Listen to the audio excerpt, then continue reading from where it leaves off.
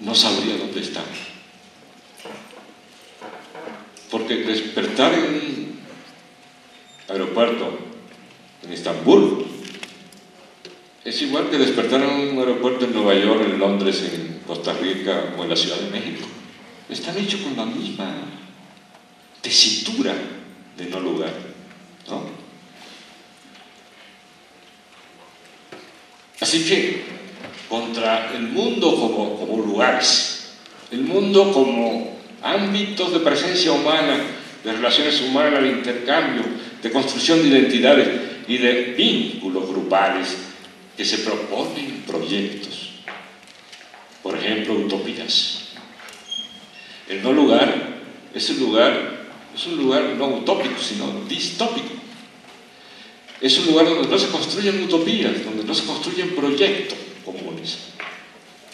Y de eso se trata, de desarmar la sociedad respecto a esta capacidad de construcción de proyectos que surgen de los lugares antropológicos, es decir, de los lugares con contenido y símbolo, en donde se construyen proyectos comunes.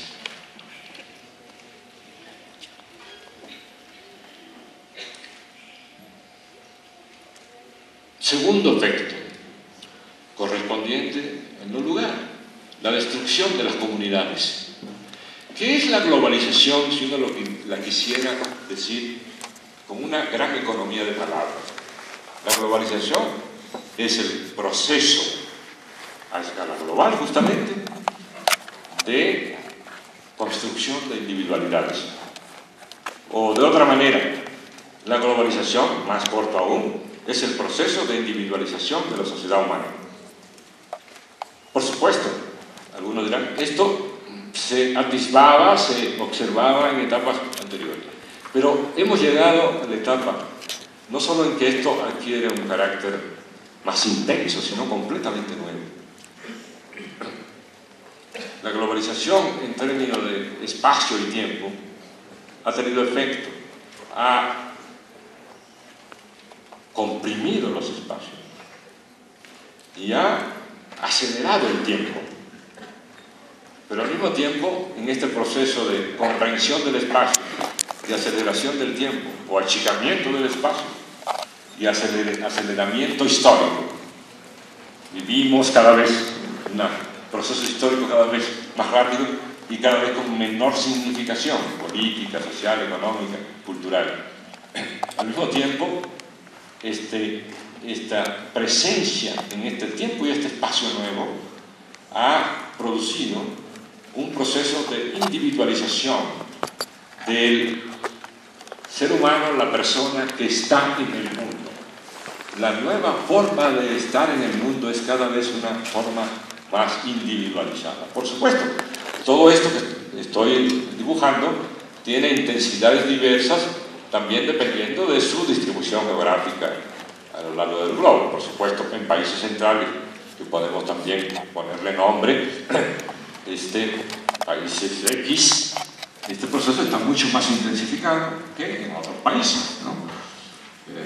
Incluso dentro de un propio país estará más intensificado, por ejemplo, en la Ciudad de México que en Chiapas, o en Oaxaca, o en la Sierra de Guerrero, el Alto Balsa del Guerrero. De tal manera pero estamos hablando de la tendencia generalizada que, hay que decirlo, incluso alcanza esos ámbitos aparentemente todavía inmunes completamente al proceso de globalización, pero que ya no lo son tantos. Pensemos solamente, si puedo hablaré un poquito después de eso, del mundo indígena impactado por el proceso globalizador y que merced a los impulsos migratorios están dando una paliza a muchísimos pueblos indígenas. No solo fuera de México, en México. Y que están contribuyendo a una velocidad preocupante a la destrucción del tejido sociocultural de estos pueblos, puesto que regiones enteras de México se están convirtiendo en pueblos fantasmas, en donde solo hay pocos niños y ancianos, y ya cada vez más niños, porque también se llevan los niños.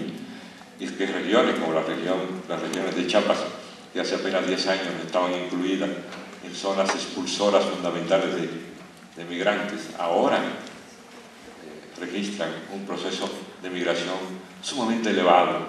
Y todo esto es fruto de las pulsaciones globalizadoras en esta etapa del capital globalizado, justamente. Entonces, se trata de individualizar a la sociedad, y la contrapartida de la individualización de la sociedad es la destrucción de las comunidades. Hablo no solamente aquí, por supuesto, de comunidad indígena, comunidad campesina, etc. Estoy hablando de comunidad en todas sus escalas, desde la más pequeña comunidad a una pequeña escala, hasta comunidades más amplias, incluso comunidades urbanas, bueno, los pueblos urbanos, los pueblos que rodean a la Ciudad de México, o incluso en zonas interiores de la Ciudad de México, hasta comunidad en el sentido citadino, hablando de ciudades enteras, o comunidades regionales, e incluso de comunidad nacional. Se trata de destruir el sentido de comunidad en todas las escalas y individualizar al máximo a la sociedad. Pero, como sabemos, esto lo saben muy bien los sociólogos y los antropólogos, los seres humanos no pueden vivir sin algo que produce constantemente la comunidad, y esto se llama identidad. Hay un vínculo indisoluble entre comunidad e identidad. Y en consecuencia, el proceso de destrucción de las comunidades y de desarrollo de la individualización, que van unidas unas a otras, porque una provoca a la otra, y la otra provoca a su vez la tercera, es decir, proceso globalizador que individualiza, destruye comunidad, destruye identidades. Eso crea un problema en el proceso social mismo, que en poco tiempo haría incontrolable la sociedad humana y las sociedades particulares, hablando por ejemplo de la sociedad nacional. Y si uno conoce muy bien el pensamiento liberal, se dará cuenta de que el liberalismo siempre quiere, por supuesto, promover bellaquerías de todo tipo, pero siempre cuidando un punto en el que no se pierde: estabilidad, orden. Eso nunca lo descuidan. De tal manera que el proceso, conducido de esta manera, hubiera producido una especie de gran anomia social que habría terminado con este objetivo fundamental de las sociedades liberales, que es el de mantener la estabilidad, el orden, etc. Por tanto, ante la falta que produce en el humano, la falta de sentido grupal, de sentido de identidad, es decir, esa pertenencia que le da sentido a la vida, que hace, como dije, que la vida sea algo que valga la pena vivirla, y por lo que incluso están dispuestos la gente hasta morir por su identidad. Y esa identidad tiene la expresión social y política muchos nombres: patriotismo, amor a la patria, amor a la comunidad, amor a mi bandera, amor a mi cultura, a mis costumbres, todo este tinglado enorme que se expresa de muchas maneras, pero que todos están enraizados en esta necesidad de pertenecer a algo, de darle sentido a la persona en la pertenencia a un colectivo. Lo que tenemos entonces es esta contradicción entre una necesidad de lo colectivo y un proceso cada vez más acelerado de individualización, que rechaza lo colectivo, ataca lo colectivo y destruye las estructuras colectivas. En consecuencia, ha habido una especie de reacción, porque la gente necesita las identidades, y ha habido una explosión de identidades. Esto tiene dos manifestaciones. Una manifestación es la manifestación colectiva, política, de largo alcance, de un mayor contenido socioantropológico, incluyendo lo sociológico propiamente dicho y lo antropológico propiamente dicho, ya divorciada después del maestro Durkheim.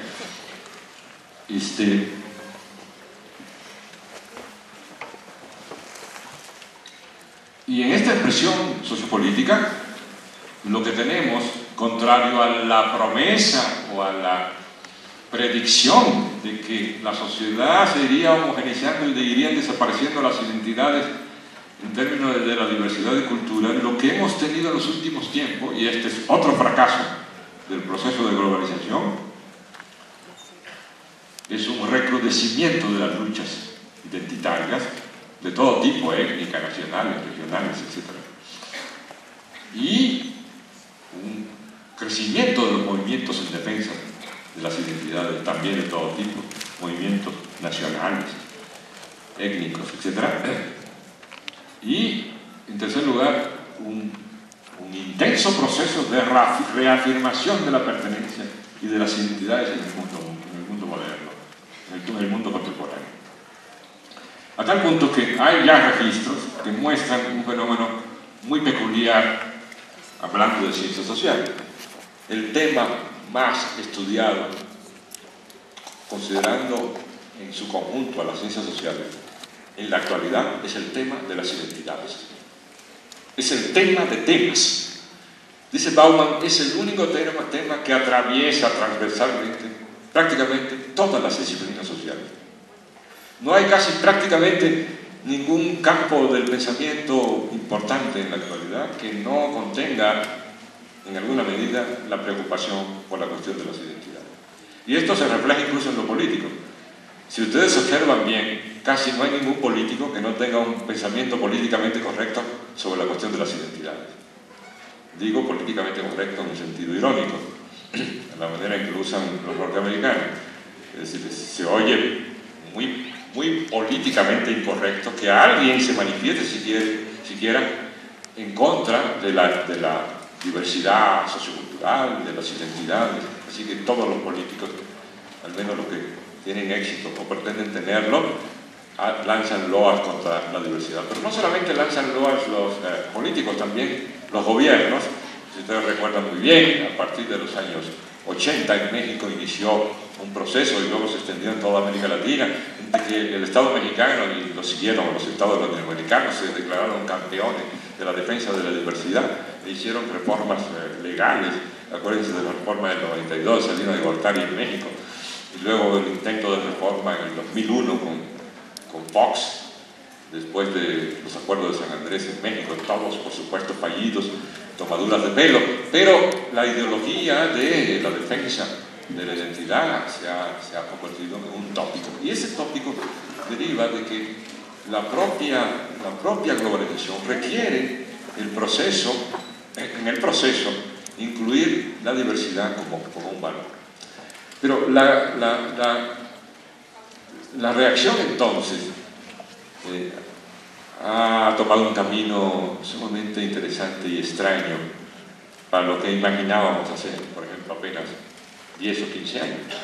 Es que la gente necesita identidad, pero ya dije, la identidad se funda en la comunidad. Pero ¿qué hago cuando una vez que intento buscar construir identidad encuentro un vacío de comunidad? Porque previamente han sido socavadas por el sistema globalizador. Ese es el gran dilema contemporáneo que tenemos. Y más incluso en los países centrales que entre nosotros. Pero como dijo un clásico, mírense en ese espejo, porque para allá vamos a una velocidad extraordinaria. De hecho ya estamos ahí, aunque no con la virulencia de lo que ocurre en algunos países centrales. Entonces, ¿cuál es la respuesta? Si no puedo construir identidades a partir de comunidades, tal y como conocíamos las comunidades, entonces construyo identidades, entre comillas. Ahorita voy a hacer una acotación sobre eso para precisarlo. Por el momento llamémosles identidades sin comunidades, o digámoslo más preciso, pseudo-identidades fundadas en pseudo-comunidades, falsas identidades o identidades con ciertas características, identidades líquidas le llama Bauman, identidades portátiles le llamo yo, identidades momentáneas, identidades de bolsillo, identidades de guardarropa, identidades de carnaval.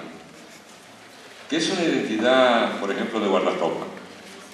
Es una identidad que está fundada en una pseudo comunidad, en una comunidad que también es una comunidad instantánea, una comunidad pasajera, que no permite construir lo que construía la comunidad, digamos, clásica que conocíamos.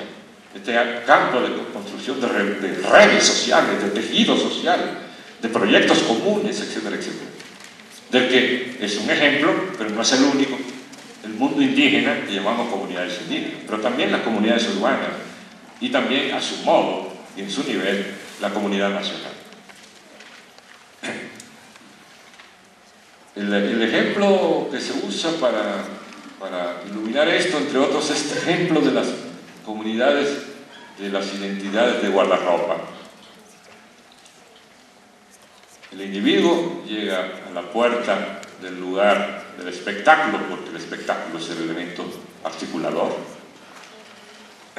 haga su entrada, si lleva abrigo, bufanda, lo que sea, lo deja en el guardarropa,